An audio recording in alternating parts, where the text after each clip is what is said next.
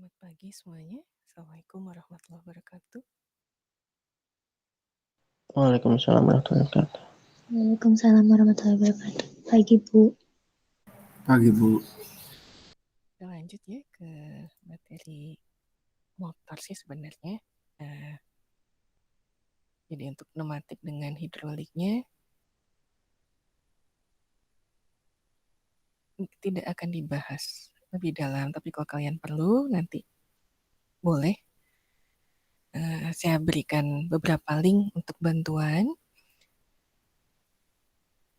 Karena untuk perencanaan sistem embedded ini, kalau misalnya kalian akan merealisasikannya agak sulit juga karena harganya lumayan dibandingkan motor-motor kecil. Kalau untuk sistem pneumatik dan hidrolik. Ini mungkin kita lanjut sedikit mengenai aktuator, terutama motor. Tapi saya rasa kalian sudah banyak yang menggunakannya untuk masalah driver, kemudian cara pengendalian motornya, apakah nanti open loop atau closed loop, kemudian mengatur kecepatan dan arah dari motornya, apakah perputarannya clockwise atau counterclockwise, dan seterusnya. Oke, untuk yang ini sebenarnya tambahan saya ambil dari slide Bruno dan Jussi Suomela.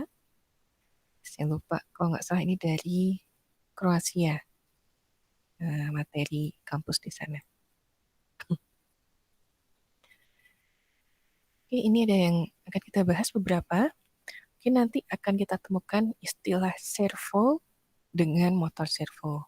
Jadi kalau secara singkat kita bisa menyebut motor servo itu servo saja, tapi hati-hati nanti keliru dengan istilah yang lain. Nanti kita lihat apa sih istilah lain yang berkaitan dengan servo ini. Ini mengulang sedikit dari yang kemarin. Di tipe aktuator itu ada yang electrical, ada yang hidrolik, pneumatik, dan lainnya. Nah, lainnya ini nanti kita lihat juga dikenalkan beberapa tipe.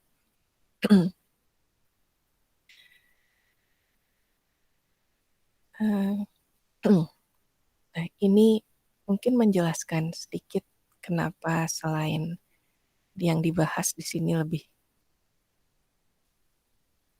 ke motor listriknya, terutama ke motor DC, karena kalau untuk sistem menggunakan pneumatik dan hidrolik dan valves-nya,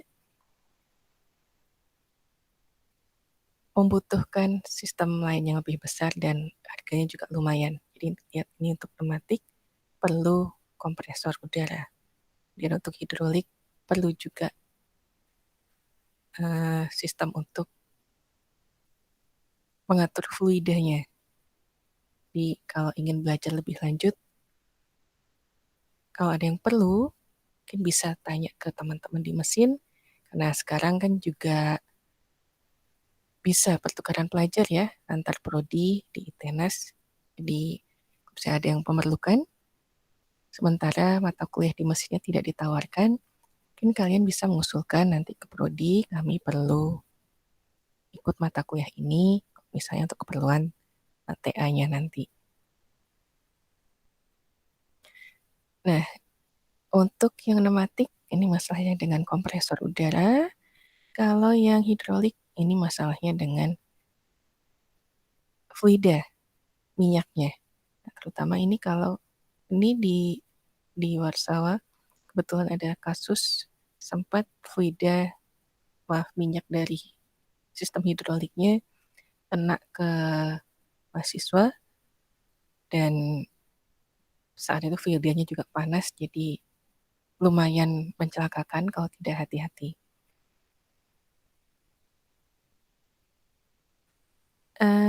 Sistem servo ini adalah mekanisme yang didasari dari kendali feedback atau control feedback. Nah, yang dikendalikannya berupa kuantitas mekanismenya. Nanti kita lihat. Ini bahasanya yang diambil, nah ini saya plug ngambil, tidak menggambar lagi, jadi ini nanti silakan disesuaikan dengan diagram blok dari kontrol servo untuk motor. Nanti kalian bisa ganti nih dengan motor, kemudian feedback untuk ke salah satunya, misalnya untuk kecepatan, salah satunya lagi untuk arah putar dari motornya. Properti dari servo ini biasanya berupa torsi atau gaya maksimum yang mengizinkan pengendalian percepatan atau perlambatan. Jadi tidak hanya sistemnya harus bisa dipercepat, tapi juga harus bisa diperlambat. Kemudian harus juga mengakomodasi torsi atau gaya yang berkaitan dengan high zero speed-nya, kecepatannya. Jadi kalau speed-nya tinggi, torsi gayanya itu minimum. Kalau torsi atau gaya minimum, speed-nya atau kecepatannya itu, kalau torsi atau gaya maksimum, speed-nya pasti akan minimum. Jadi berbanding terbalik untuk motor. Itu yang perlu diperhatikan. Kemudian bandwidth yang bisa menyediakan masalah pengendalian secara cepat dan akurat. Jadi tergantung nanti kalau memilih tergantung keperluannya. Kalau sistemnya ingin cepat dan sangat akurat, pilihlah bandwidth yang sesuai. Tapi kalau misalnya tidak perlu terlalu akurat, tidak perlu terlalu cepat, bandwidthnya bisa kita sesuaikan. Kemudian kalau bisa, servonya itu bekerja di 4 kuadran. Di daerah kuadran 1, 0 sampai 90, kemudian 90 sampai 180, 180 sampai 270, lalu 270 sampai 360 derajat. Dan masalah lainnya yang perlu dipertimbangkan untuk servo adalah masalah kekokohannya atau robustness-nya.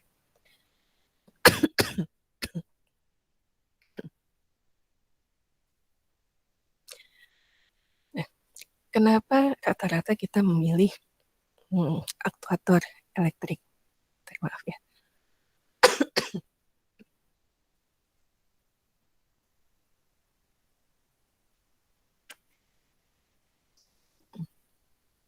Ini karena masalah ini. Kalau kita sudah bahas sedikit minggu lalu, pengendalian menggunakan pneumatik dengan hidrolik itu lebih repot dibanding dengan pengendalian menggunakan elektrik, motor-motor listrik. Bukan masalah rumitnya, bisa jadi untuk hitungannya justru lebih rumit pengendalian elektrik. Tapi kalau pneumatik hidrolik itu lebih repot, bukan lebih rumit ya. Lebih repot untuk masalah kita harus tahu betul karakteristik dari pneumatik dan hidroliknya. Tahu betul untuk pengendalian menggunakan pneumatik, tekanan udara yang harus diberikan segimana, penyimpanan udaranya segimana. Kemudian yang hidrolik, aliran fluidanya harus seperti apa. Kemudian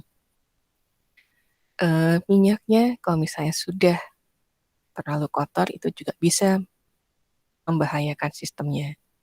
Jadi banyak hal yang lebih banyak dipertimbangkan kita sebagai orang elektro kalau ingin terjun ke pneumatik dan hidrolik. Jadi rata-rata kita yang memilih yang aktuator listrik.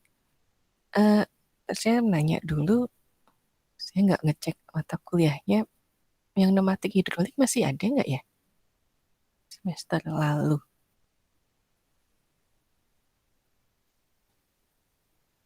Ditawarkan nggak?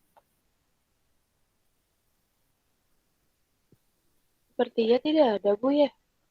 Oh, udah nggak ada ya? Iya, setahu saya nggak ada, Bu. Kalau nggak salah yang angkatan 2016 tuh pernah ada yang ngambil. Kebetulan dia juga memang seneng dan pengalaman di situ ya, kalau nggak salah. Tapi yang tahun lalu rasanya udah nggak ada yang ngambil. Gitu. Ya kayaknya sudah nggak ditawarkan lagi ya.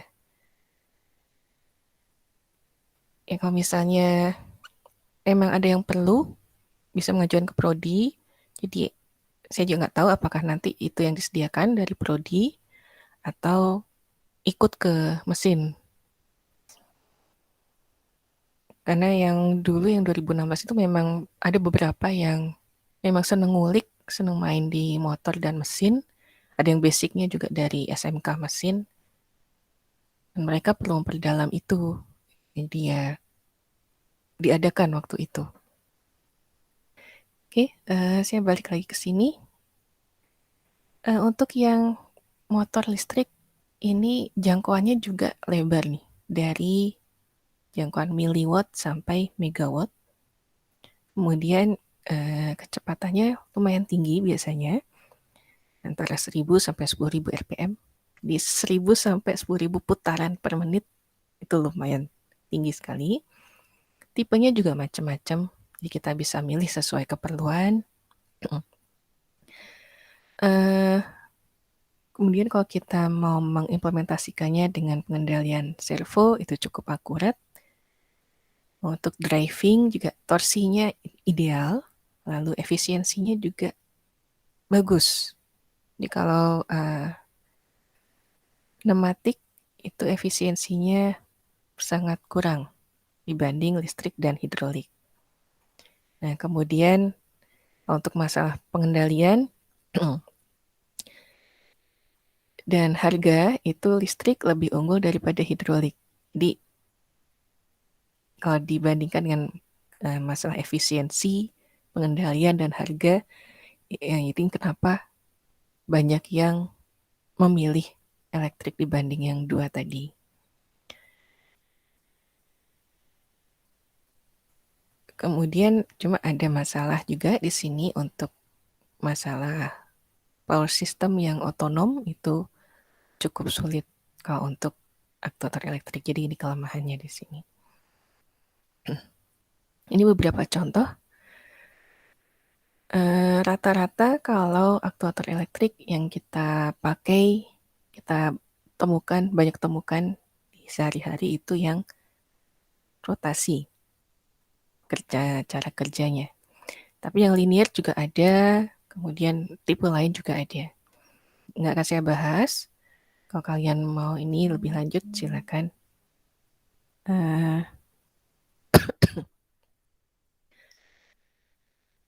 Kalau ada yang memerlukan lebih lanjut, silakan cari tahu sendiri.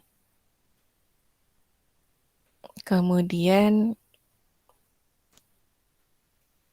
biasanya untuk yang pergerakan linear, kita juga bisa memodif dari yang pergerakan rotasi, jadi dari motor rotasi, kemudian kita sambungkan dengan gear, dengan sistem gearnya, di pergerakannya bisa linear, misalnya untuk maju mundur. Atau maju saja ada yang mundur saja. Ada juga yang kombinasi dari rotasi dan linear, dan lain-lain.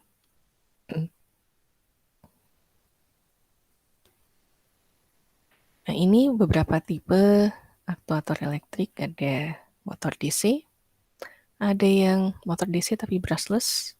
Ini sudah mulai banyak digunakan. Kemudian motor asinkron dan motor sinkron. Nah, ini kalau ingin tahu lebih lanjut, mungkin bisa tanya ke teman-teman TTL ya. Nah, mereka ada mata kuliahnya sendiri yang membahas ini. Kemudian ada juga motor stepper. Di rata-rata kita pakainya ini sih, motor DC dan stepper kalau di LK. Kalau perlu untuk misalnya ada yang KP-nya atau TA-nya nanti terjun langsung ke industri, kemudian perlu kerjanya dengan motor asinkron dan sinkron, kalian bisa ngambil lintas peminatan ke TTL untuk bantuan tambahan ini. Nah, ini motor DC. Kenapa banyak menggunakan motor DC? Karena murah, kemudian simple, cukup sederhana dibandingkan motor sinkron dan asinkron. Nah, kemudian kemudahan untuk pengendaliannya, range-nya antara 1 watt sampai 1 kilowatt.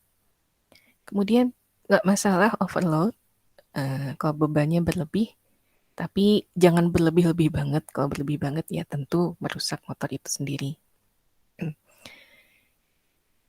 Ada yang suka main Tamiya nggak di sini?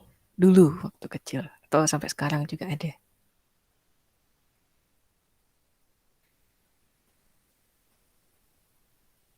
Saya, Bu. Pernah nyoba nggak motornya ditahan? Ditahan itu biar nggak muter, jadinya itu kita anggap bebannya berlebih. Pernah nyoba nggak? Belum pernah, Bu. Oh, belum pernah. Oh, ini pengguna Tamiya yang baik. Pernah saya, Bu. Ya terus gimana?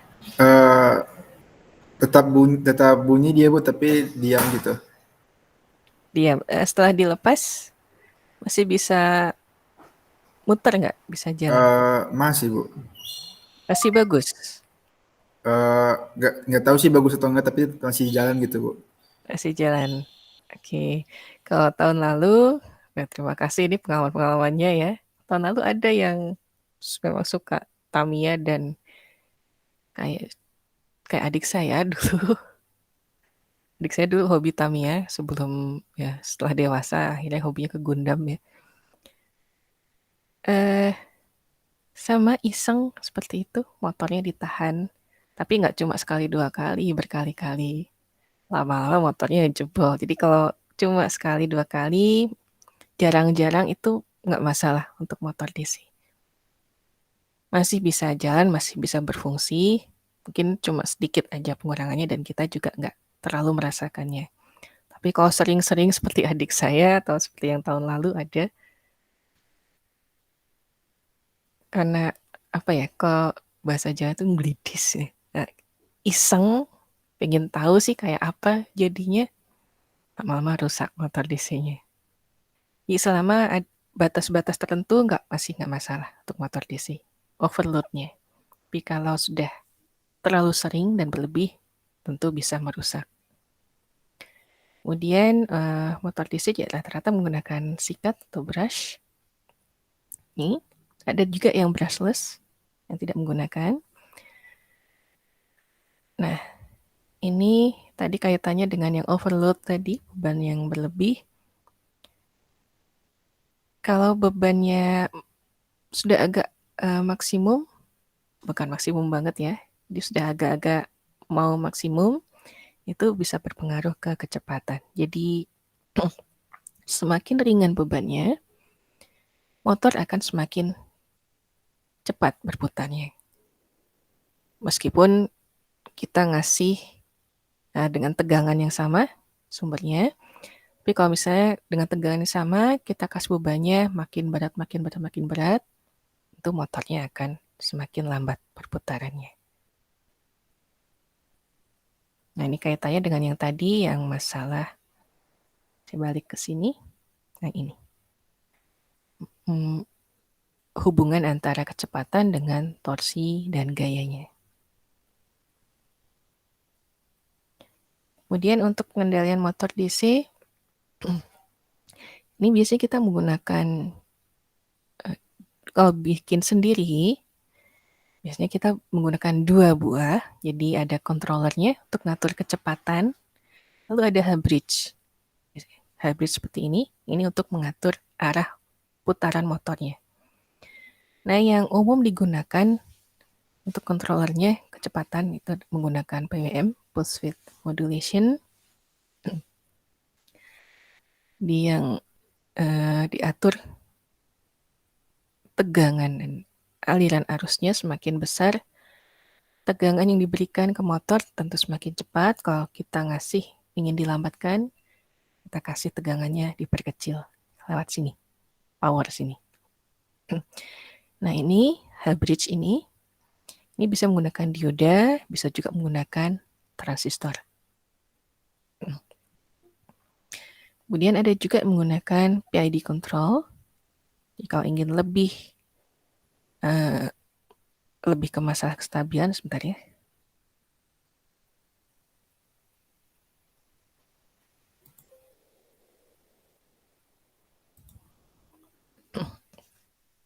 Lebih ke ingin lebih cepat nih penyesuaian kecepatannya.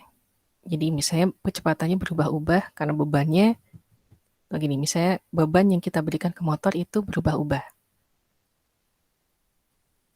Ingin kecepatannya tetap, kita bisa menggunakan PID control. Nah, kalau hanya menggunakan PWM, itu tidak akan tidak di feedbackkan, jadi yang kita berikan ya berupa open loop saja. Dan juga yang menggunakan on-off sistemnya, on-off control, jadi ngasih tegangan, kemudian dimatikan, ngasih tegangan, dimatikan. Prinsip on-off itu kemudian yang dipakai di PWM ini. Nah, kalau kalian ingin nanti ada yang menggunakan PID, ke motornya nanti pasti perlu juga dari PID ke PWM sebenarnya.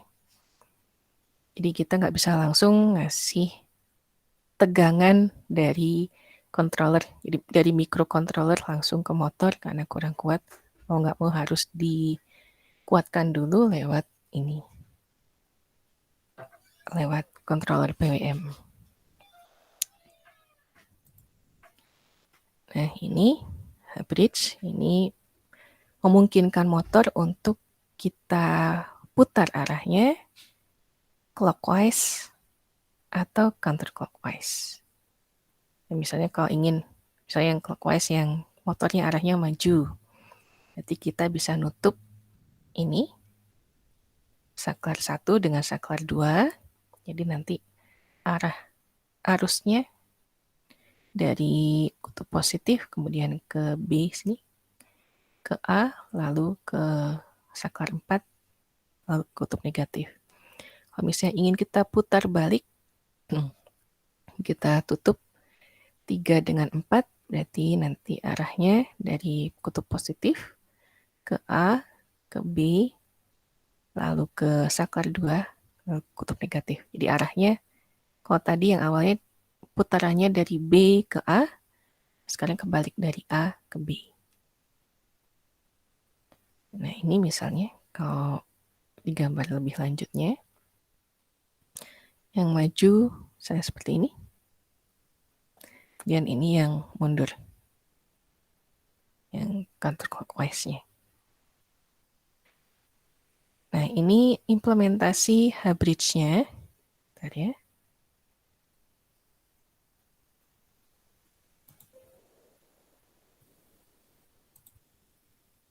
Implementasi hybridnya ini bisa menggunakan saklar biasa boleh, tapi tentunya kalau sudah ke sistem elektronik tidak mungkin saklar sederhana push button aja, tapi kita implementasinya ke dalam bentuk device semikonduktor, baik dioda atau transistor.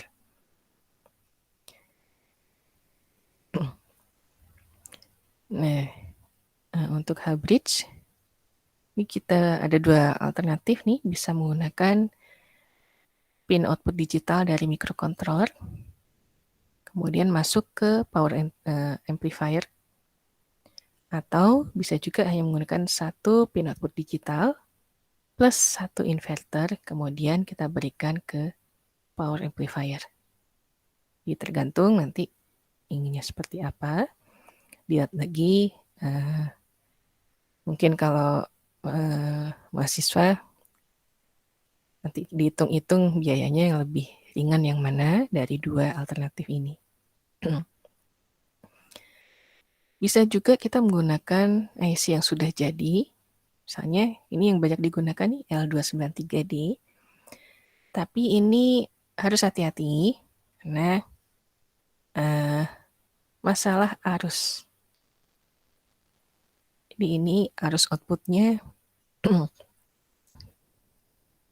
hanya segini. maksimum 1,2 ampere. Jadi kalau motor DC-nya ingin misalnya torsinya lebih kuat, tentu arusnya yang lebih besar.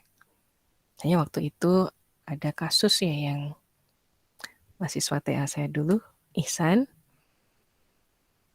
kebetulan ada hibah dari perusahaan lain katanya ditaruh di lab LK, saya lupa. Oh enggak, ditaruh di lab robot waktu Pak Arsyad yang masih pegang. Kemudian motornya yang diberikan kita nggak tahu speknya. Dikasih drivernya ini L293D nggak kuat, nggak jalan. Dikasih yang IC yang lain yang lebih besar arusnya, ampernya masih tetap nggak kuat. Akhirnya dicoba, dikasih input arus dari kecil kita geser-geser, besarkan, ternyata satu motornya perlu 7 ampere. Nah, itu kita langsung, kalau 7 ampere baterainya harus yang segimana? Robotnya sementara jalan cuma semenit juga langsung habis baterai. Akhirnya mau nggak mau kita ganti, nggak pakai yang dari yang hibah itu, kita ganti pakai beli lagi baru. Di ngejar juga di ini desain sistem, terutama sekarang ya, yang kita kejar juga masalah efisiensi dayanya. Kaitannya dengan masalah baterai. Apalagi nanti maaf, kendaraan listrik juga udah kedepannya akan lebih banyak digunakan dibandingkan kendaraan bahan bakar mineral bumi. Mau nggak mau ya kita harus mempertimbangkan masalah efisiensi daya, penggunaan daya yang lebih kecil dibandingkan penggunaan arus-arus yang besar.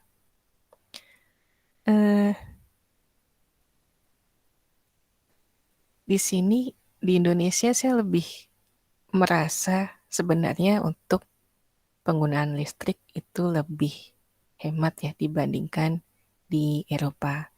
Kecuali mungkin karena saya kalau keluarga saya bukan yang ekonomi tingkat tinggi ya, maksudnya yang biasa-biasa aja. Jadi yang listrik rumah pun yang ya dayanya biasa aja, nggak sampai yang seperti rumah selebriti yang paling tidak itu di atas 10.000 watt kapasitasnya. Sementara waktu saya kuliah kemarin di Inggris itu kerasa sekali pemakaian barang-barang elektrik sehari-hari itu ternyata di sana lebih boros sih sebenarnya dibanding di sini, di Indonesia. Dibayangkan aja, itu tahun-tahun pertama itu saya tinggal di studio. Jadi bukan studio flat. Jadi satu flat itu saya sendiri, kebetulan dapat memang yang harganya murah. Meskipun bangunannya bangunan lama. Yaitu konsekuensinya. Bangunan lama, murah.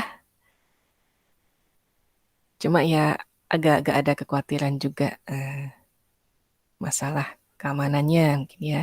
Tapi karena student hall, jadi saya masih nganggap itu nggak masalah, keamanannya pasti diperhitungkan. Fasilitasnya dulu, ini malah saya cerita ya untuk membandingkan masalah daya, konsumsi daya. Fasilitasnya dulu untuk satu studio flat itu kulkas tinggi, ya, meskipun cuma 2 pintu ya, jadi yang kulkasnya sama yang freezernya. Kemudian kompornya listrik. 4 tungku, ada ovennya. Kemudian Ya, untuk listriknya kita student nggak dikasih tahu berapa sih maksimum penggunaannya. Itu setelah saya lihat-lihat, oh ya ada microwave juga. Kalau microwave itu microwave yang lama, itu sekitar di sana sih standarnya 900 watt.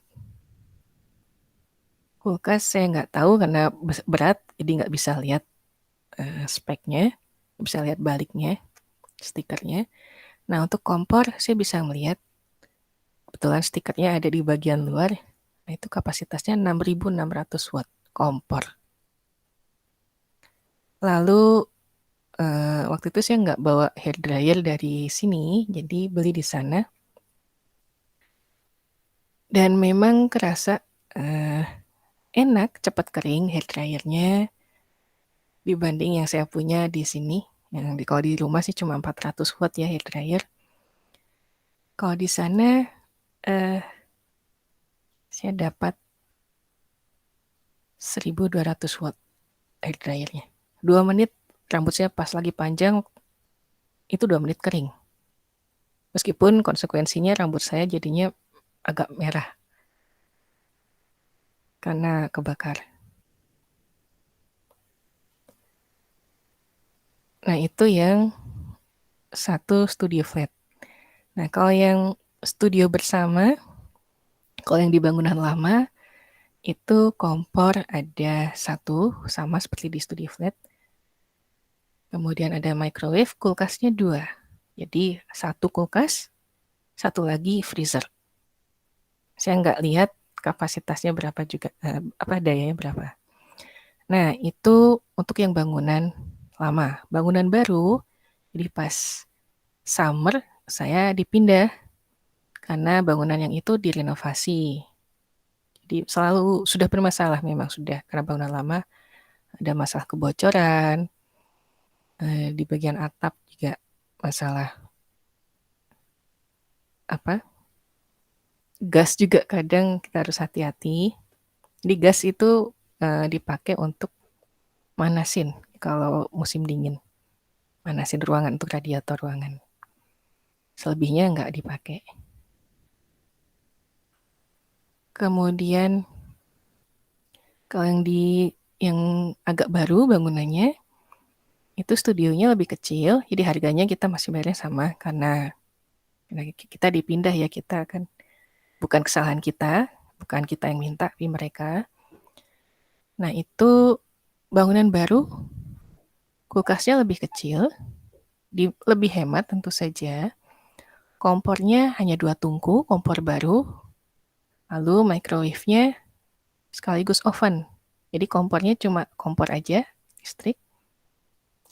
Microwave-nya itu yang bisa sekaligus jadi oven. Nah itu lumayan kecil. Microwave-nya 2.200 watt. Kompornya nggak lebih dari 1.200 watt. Jadi lumayan kecil dibanding yang di bangunan lama. Nah, kemudian dipindah lagi setelah selesai renovasi. Kemudian saya juga akhirnya sempat pindah juga ke City Center waktu itu, ke bangunan yang paling baru. Karena ada kasus waktu itu sebelah flat saya bunuh diri, jadi yang saya, kemudian yang satu flat, kebetulan yang bunuh diri itu flatnya flat bersama, jadi teman-teman flatnya dia juga dipindah dengan saya ke student hall yang paling baru. Nah itu saya memutuskan untuk nggak di studio flat lagi, jadi kami perlu bersama-sama untuk agak ngelupain kejadian itu, kejadian yang kasus itu. Ya karena kebetulan yang dengar itu yang sebelah-sebelahnya persis, jadi saya, kemudian teman saya yang orang British asli, kemudian depannya dia, depan kamarnya dia itu orang Brazil, laki-laki. Kami mendengar saat dia mungkin sedang kesakitan, jadi sudah gedebak-gedebuk seperti suara orang berantem, tapi kita nggak tahu kalau ternyata dia sedang ini. Jadi kita dipindah. Ya itu kalau yang di sana yang bangunan paling baru, satu flat dapurnya itu dapur bersama, kompornya 2. Tapi karena kompornya listriknya lebih baru, itu lebih hemat listriknya. Jadi tidak 6.600 lagi, karena 2 itu 6.600. Jadi bukan 1 kompor, tapi 2. Jadi ada 8 tungku totalnya, ovennya juga jadinya ada 2. Microwave kita dikasih 2 juga. Microwave yang baru juga. Wattnya masih tetap sama sih kalau wattnya 900. Nah itu, jadi semakin ke sini yang diperlukan adalah barang-barang listrik yang konsumsi dayanya makin rendah. Kita nggak mau buang-buang energi, nggak mau juga buang-buang uang karena harus bayar energi yang lebih banyak juga. Oh ya, dari yang flat yang baru itu saya sempat pindah lagi ke student hall yang lama, tapi ke flat bersama karena kalau yang ada peraturan di sana setiap tahun kan harus pindah kamar. Nah, kebetulan saya yang tahun-tahun terakhir itu agak nggak cocok dengan flatmates-nya. Nah, mereka sedangnya party, sebenarnya saya sudah konsentrasi untuk tahap akhir nulis tesisnya. Ya sempat ada masalah, akhirnya saya konsultasi dengan resident support. Jadi apa? Resident support itu seperti pengelola dari kampus, kemudian juga mereka mendengarkan masalah kita, kemudian memutuskan masalah saya lebih baik dipindah aja ke yang tenang, yang bangunan lama itu. Ya, tapi tentu aja nggak di flat yang lama, jadi flat yang di bawahnya, di lantai lebih bawah. Dan kemudian di akhir tahun, setelah saya sidang, saya harus melakukan revisi bukunya, dikasih waktu itu 6 bulan.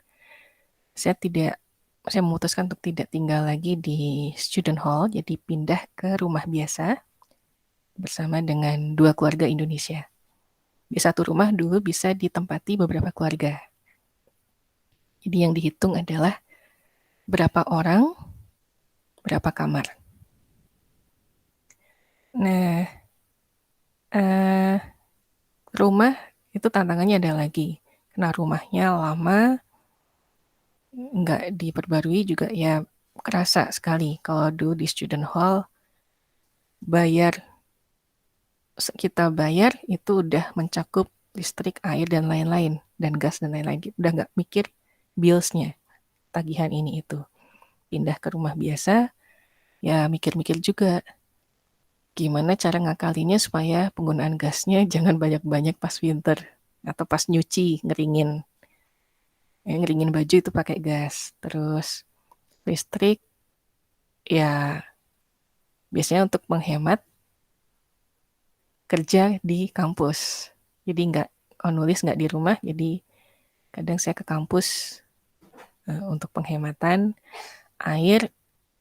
Nah ini kalau air yang agak masalah sih, karena kalau yang lain, teman-teman Indonesia yang lain mungkin bisa ngurangi mandinya. Kadang berapa hari sekali mandi, terutama kalau winter. Tapi kalau saya winter pun saya tetap rajin mandi karena gatal kalau nggak mandi. Jadi badan kering kulitnya. Kalau nggak dibersihkan justru malah makin kering, makin gatal. Jadi harus dikikis kemudian biar nggak gatal itu. Nah itu maaf ya ceritanya nggak ngelantur. Jadi itu perkembangan gimana sih barang-barang yang lebih baru itu kenapa jadinya lebih efisien, lebih dikit, lebih rendah konsumsi dayanya dibanding barang-barang lama. Ya, karena pertimbangan pemakaian energi, pertimbangan kita jumlahnya makin banyak nih manusia, sementara energi kalau nggak dapat baru ya segitu-gitu aja. Ya mau nggak mau kita yang harus ngakalin penggunaan kita yang dikurangi, bukan ditambah, tapi kalau bisa dikurangi.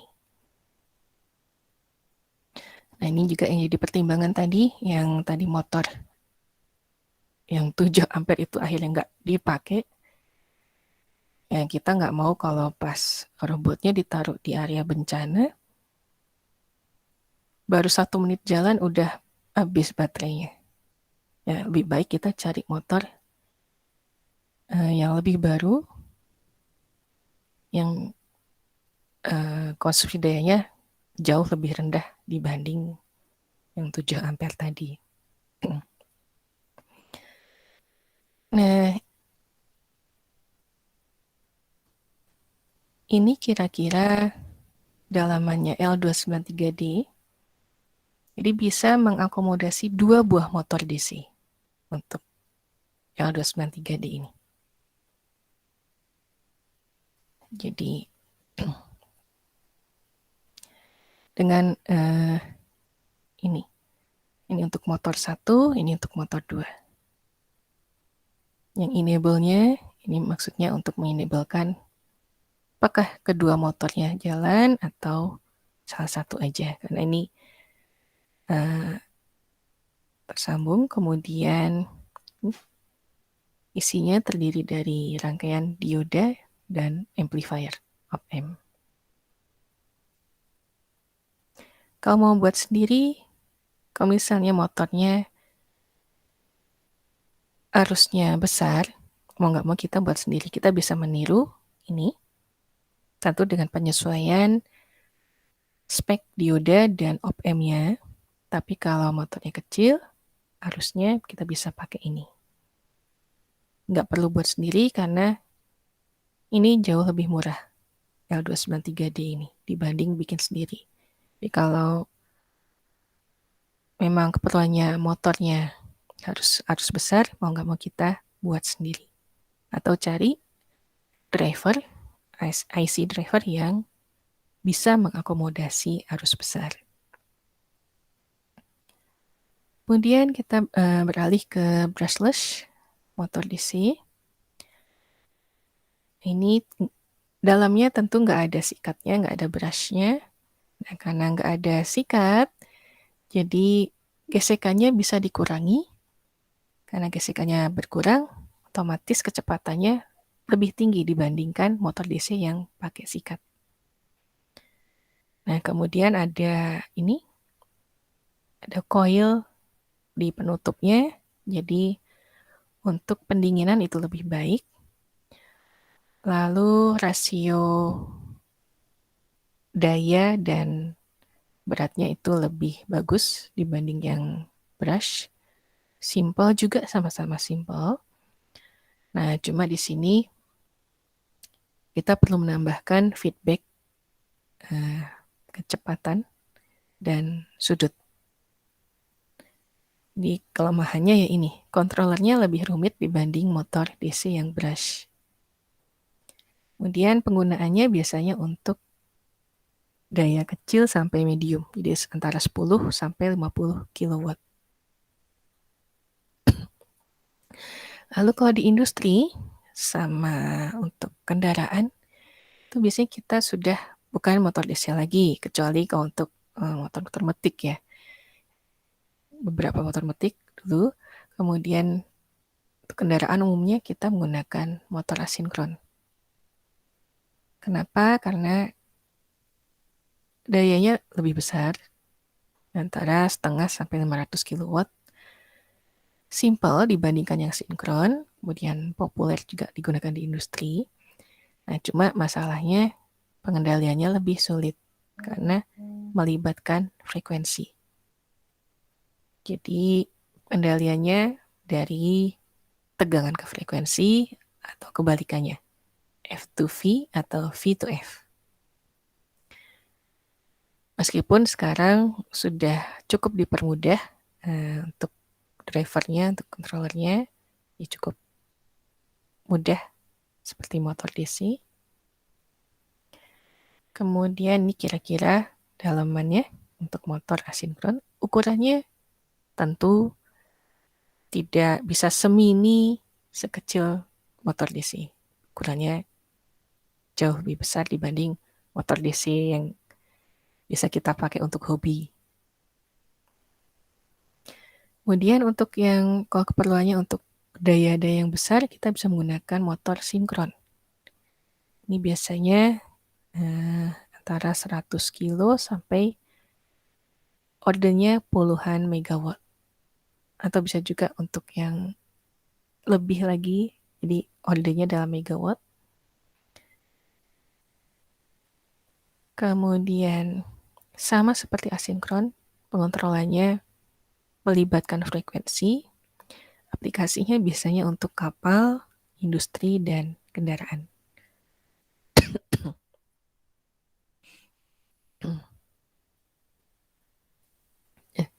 Ada yang pernah pakai motor stepper?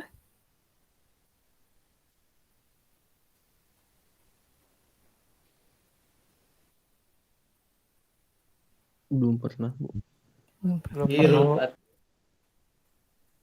Belum pernah, Bu. Oh, pernah, oke. Jadi kalau misalnya kita ingin kecepatan gerakannya konstan untuk pergerakan aktuatornya, sistemnya, jadi nggak perlu kecepatan yang berubah-ubah, kita bisa pakai motor stepper ini. Kemudian nggak perlu repot-repot pakai feedback seperti servo, motor servo. Ini open loop, jadi maaf. Yang kita inputkan itu cukup beberapa sinyal digital. Nanti ini akan bergerak seperti step langkah. Ada langkahnya tek, tek, tek, tek, gitu. Nah, ini yang diatur sudutnya untuk motor stepper. Kecepatannya biasanya rendah, jadi kalau kalian perlu yang kecepatan tinggi, ya nggak bisa pakai ini. Mau nggak mau harus yang DC. Biasanya tidak ada feedbacknya. Kemudian untuk positioning itu akurat, tanpa feedback, dan pengendaliannya juga mudah. Nah, ini kira-kira kalau kita iris motornya, dalamannya seperti ini. Ini. Kemudian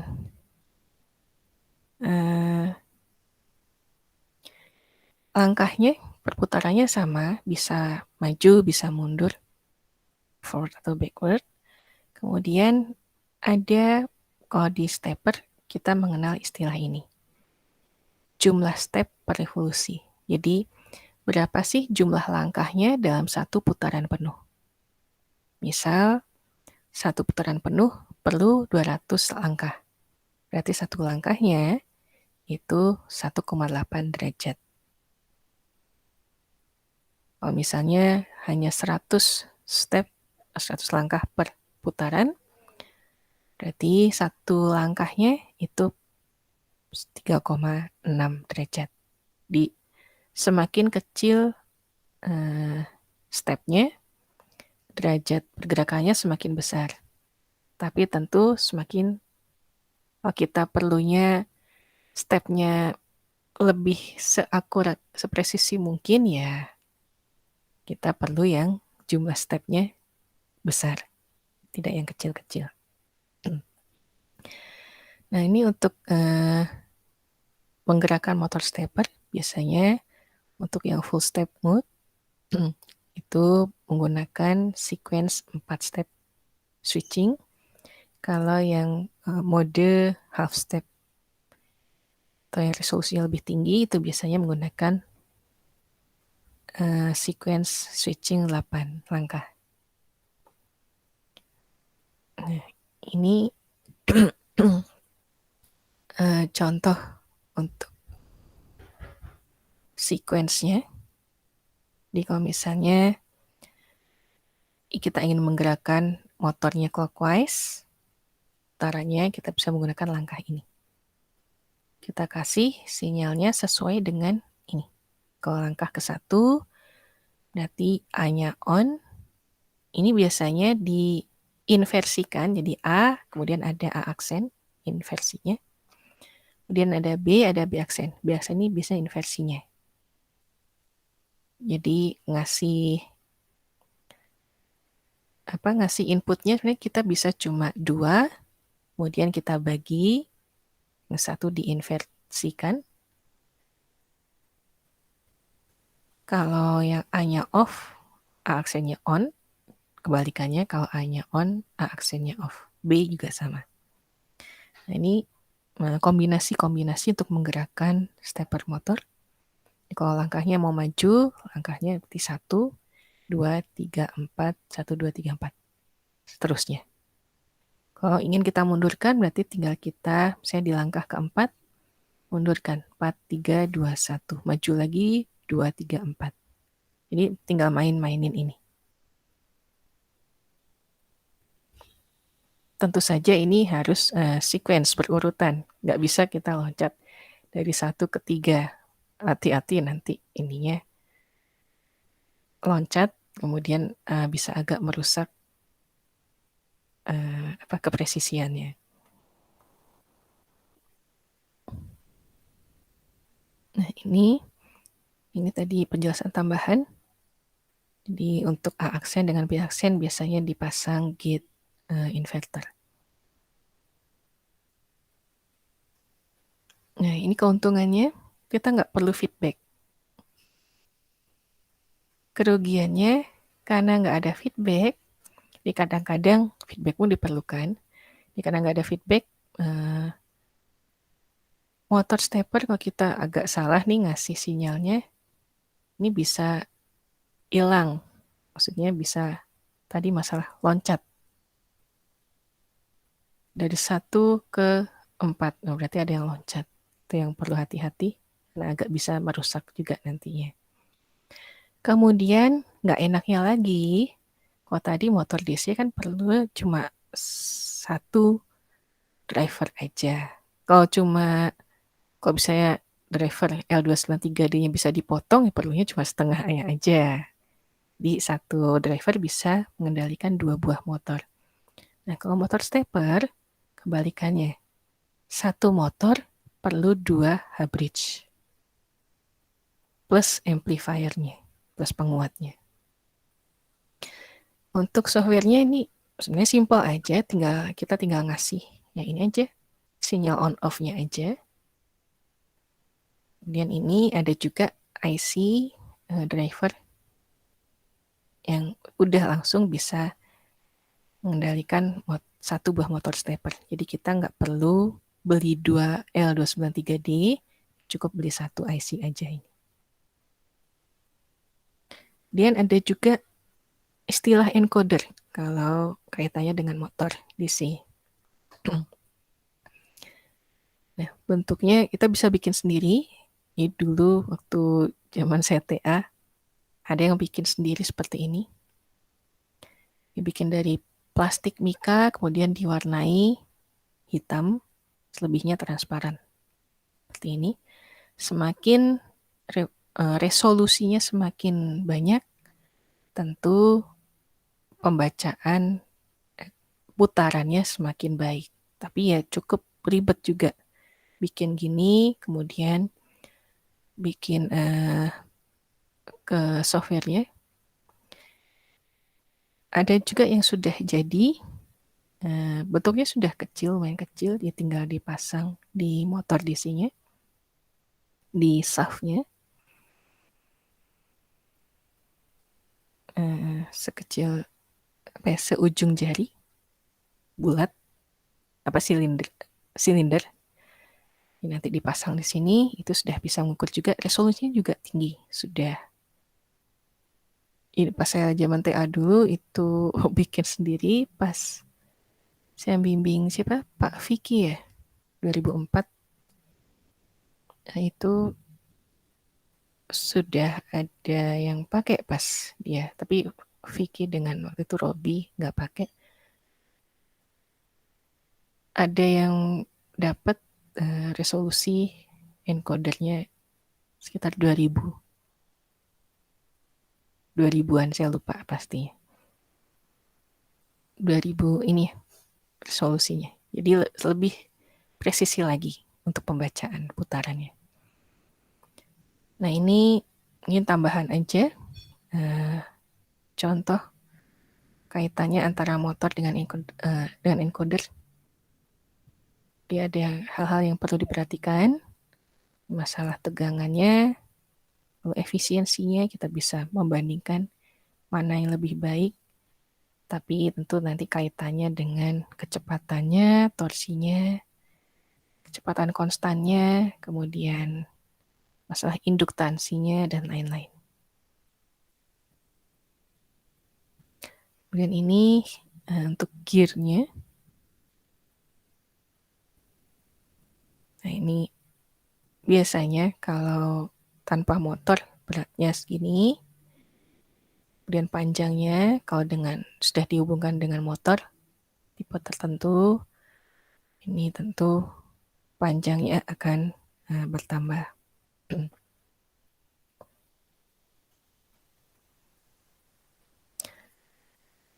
Nah, ini contoh saja.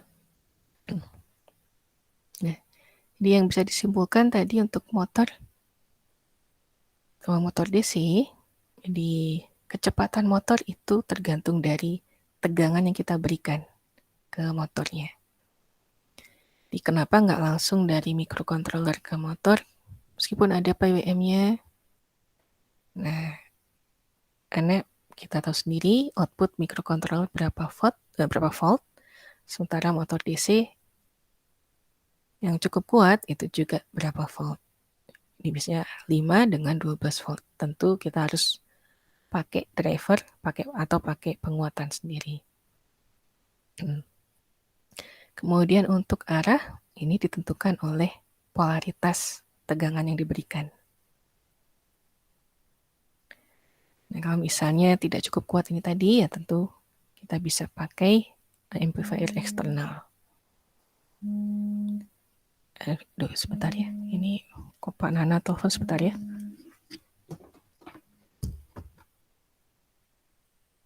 Halo, Assalamualaikum Pak. Iya.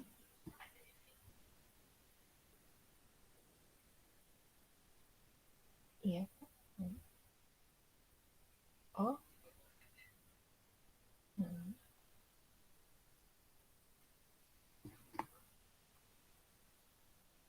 Bentar. Bimbing yang sisa kemarin 3 orang Pak. 6 orang, iya. Cuma yang satu katanya suratnya belum bisa, tapi dia udah mulai karena ngerjain project saya. Yang Ilham itu. Saya mikirnya yang 3 orang udah mau tinggal ujian Pak. Jadi saya udah konsentrasi ke yang 6 orang ini. Sebenarnya.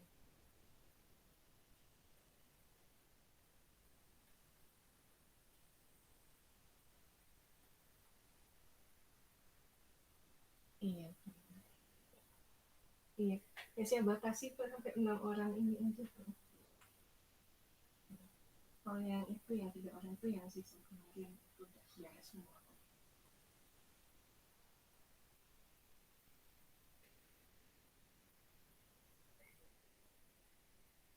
PKN kemarin diajak mobil gitu. Itu parah ya.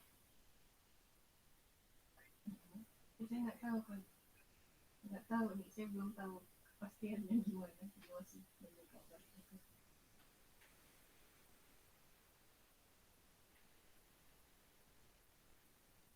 Oh iya.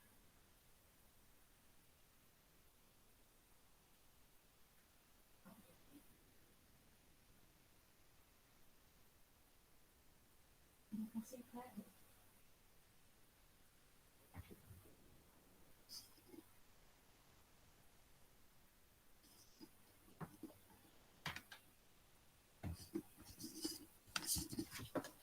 Oke, kita lanjut ya, maaf ya.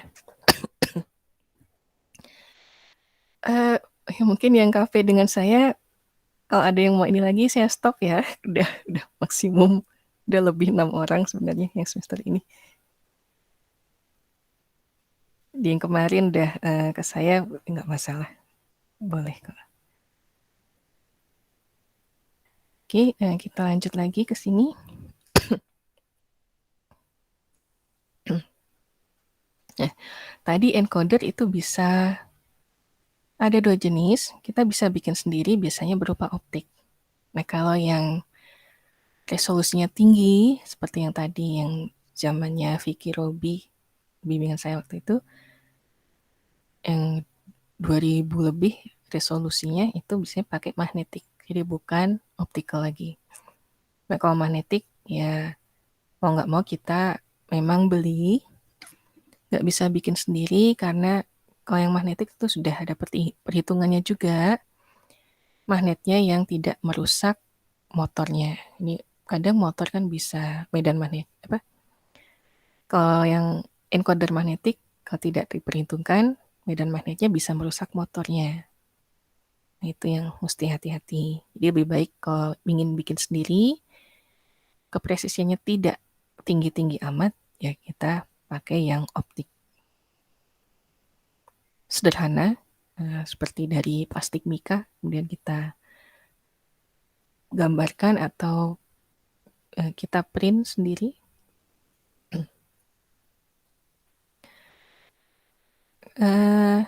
Untuk encoder yang single detector, ini bisa mengindikasikan kecepatan, kemudian kalau yang dual detector itu bisa mengindikasikan kecepatan dan juga arahnya. Jadi mungkin ini saya ini biasanya untuk mengukur kecepatan aja. Jadi sudah sampai mana nih perputarannya? Dalam 1 detik misalnya cuma sampai sini aja, dari titik ini sampai sini. Atau kalau misalnya motornya lebih lambat, dalam 1 detik sampai sini aja. Ini kita bisa menghitung kecepatannya. Kita feedbackkan ke microcontroller. Kalau yang tadi kecepatan dan arah, ini kita bisa tambahkan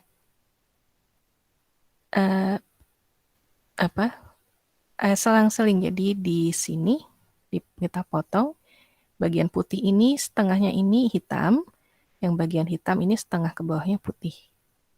Itu nanti bisa nambah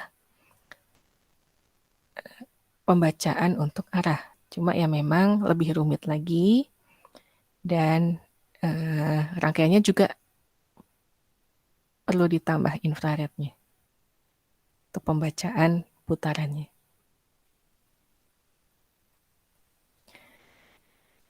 Kita juga bisa menambahkan gear di motor shaftnya, di shaftnya untuk meningkatkan akurasi encoder.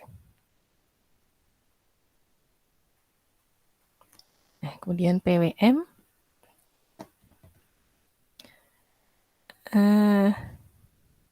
Kenapa sih kita nggak pakai DAC aja untuk mengendalikan motor? Yang pertama masalah ini, masalah biaya. Jadi kalau langsung pakai DAC, itu ternyata rangkaian powernya, rangkaian dayanya itu lebih banyak.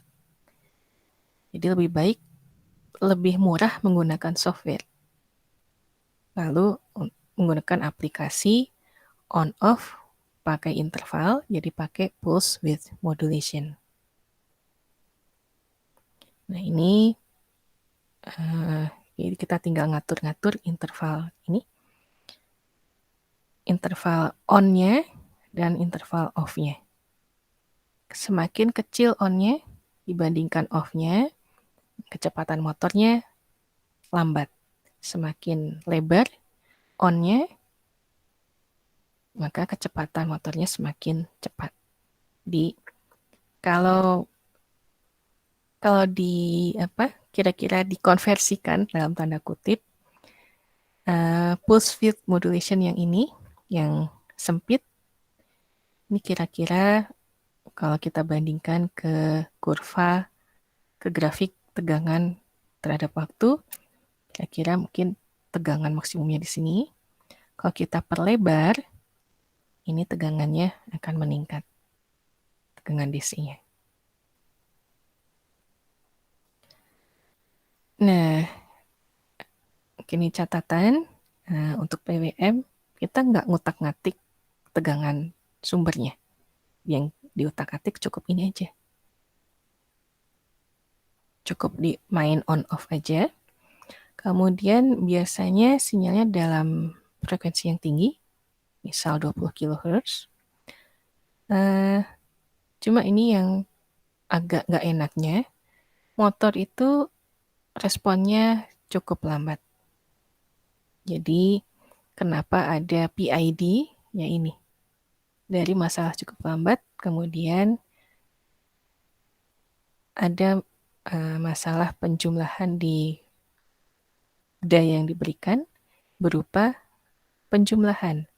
Nah, penjumlahan kalau kita hubungkan dengan matematika, ini kaitannya dengan integral. Nah, ini kaitannya kalau dengan PID ya, integration-nya.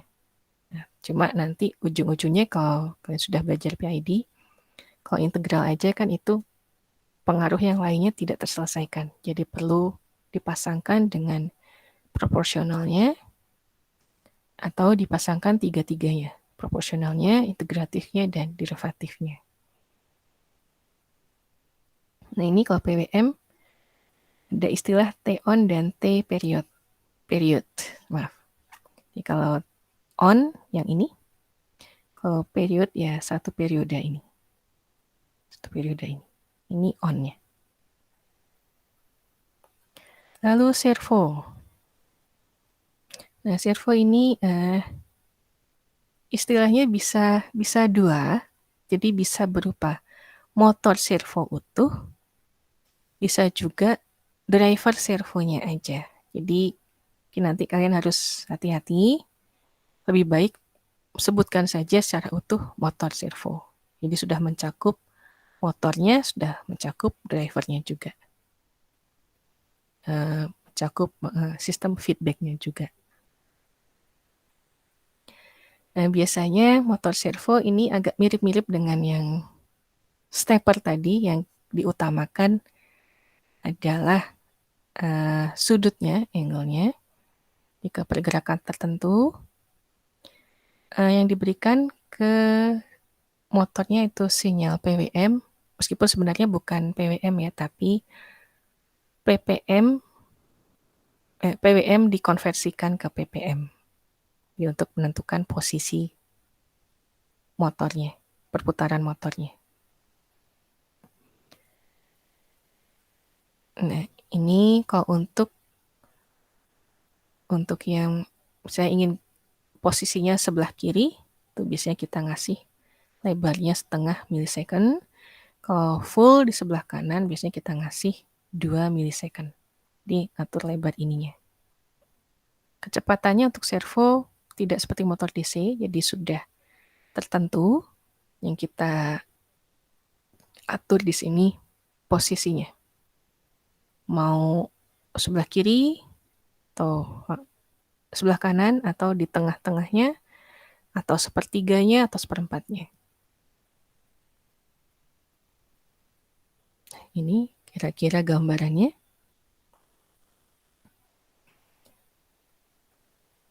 Nah, ini terminologinya yang tadi yang hati-hati aja. Servo ini bisa ambigu, bisa motor servo utuh, bisa juga hanya drivernya. Ini.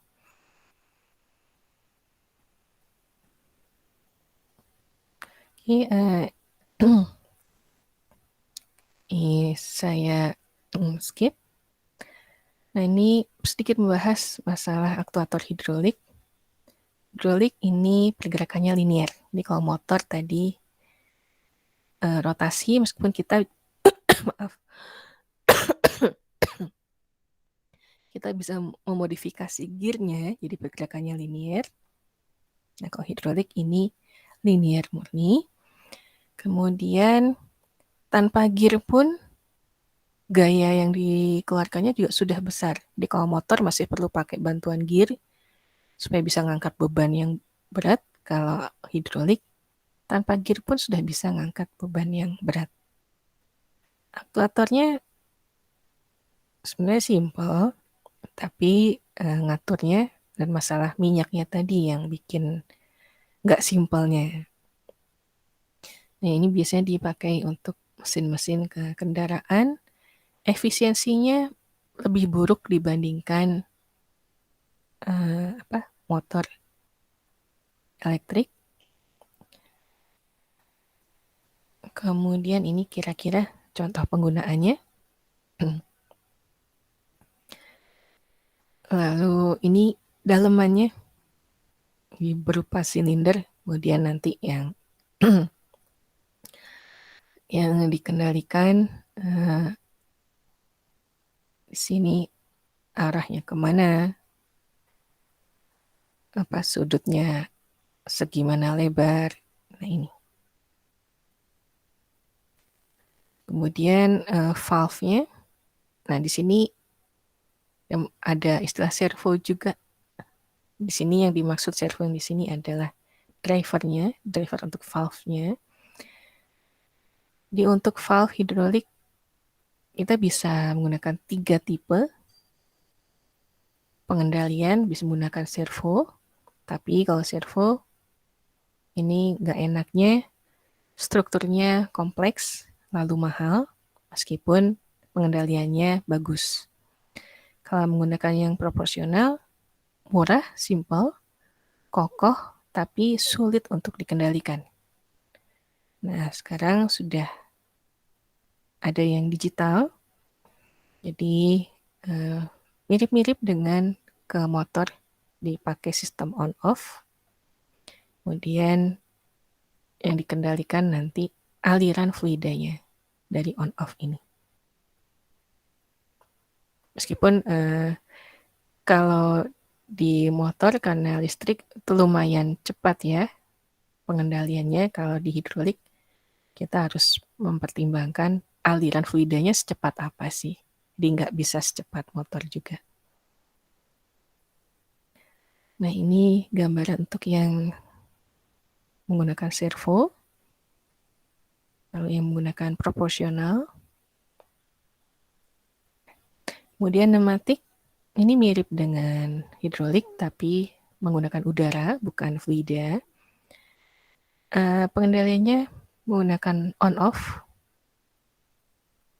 Nah, cuma karena saking cepatnya udara, kadang kita juga harus memperhitungkan tekanan, sulitnya di situ. Kemudian nggak ada masalah kebocoran minyak atau fluida. Kemudian gayanya yang diberikan juga lumayan besar, jadi bisa mengangkat beban yang lebih besar dibandingkan motor.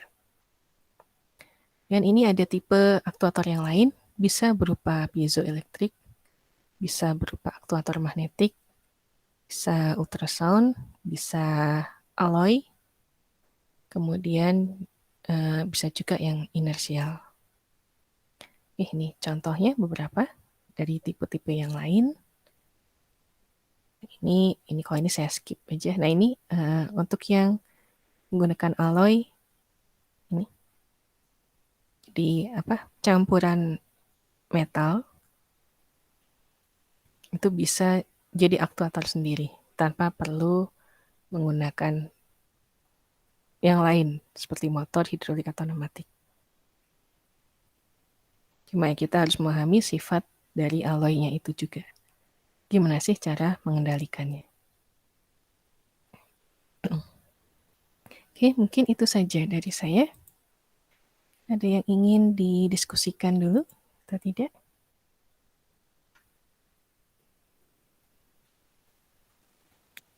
Dari saya sudah cukup, Bu. Oke. Yang lain? Dari saya juga cukup, Bu. Kalau maaf, kalau nggak ada yang ingin didiskusikan ya sampai sini untuk kuliah hari ini. Minggu depan kita masuk ke protokol ya, protokol data. Mengingat kembali saja pasti sudah ada yang pakai juga SPI seperti apa, one wire apa, atau kalau ada yang pakai TCP/IP seperti apa. Ini yang kita perlu ingat, bedanya apa aja sih, kecepatan datanya masing-masing segimana, bandwidth-nya segimana, itu aja. Ya, untuk keperluan nanti milih keperluannya yang inginnya segimana. Oke, gitu aja dari saya. Selamat pagi semuanya. Assalamualaikum warahmatullahi wabarakatuh. Waalaikumsalam warahmatullahi wabarakatuh.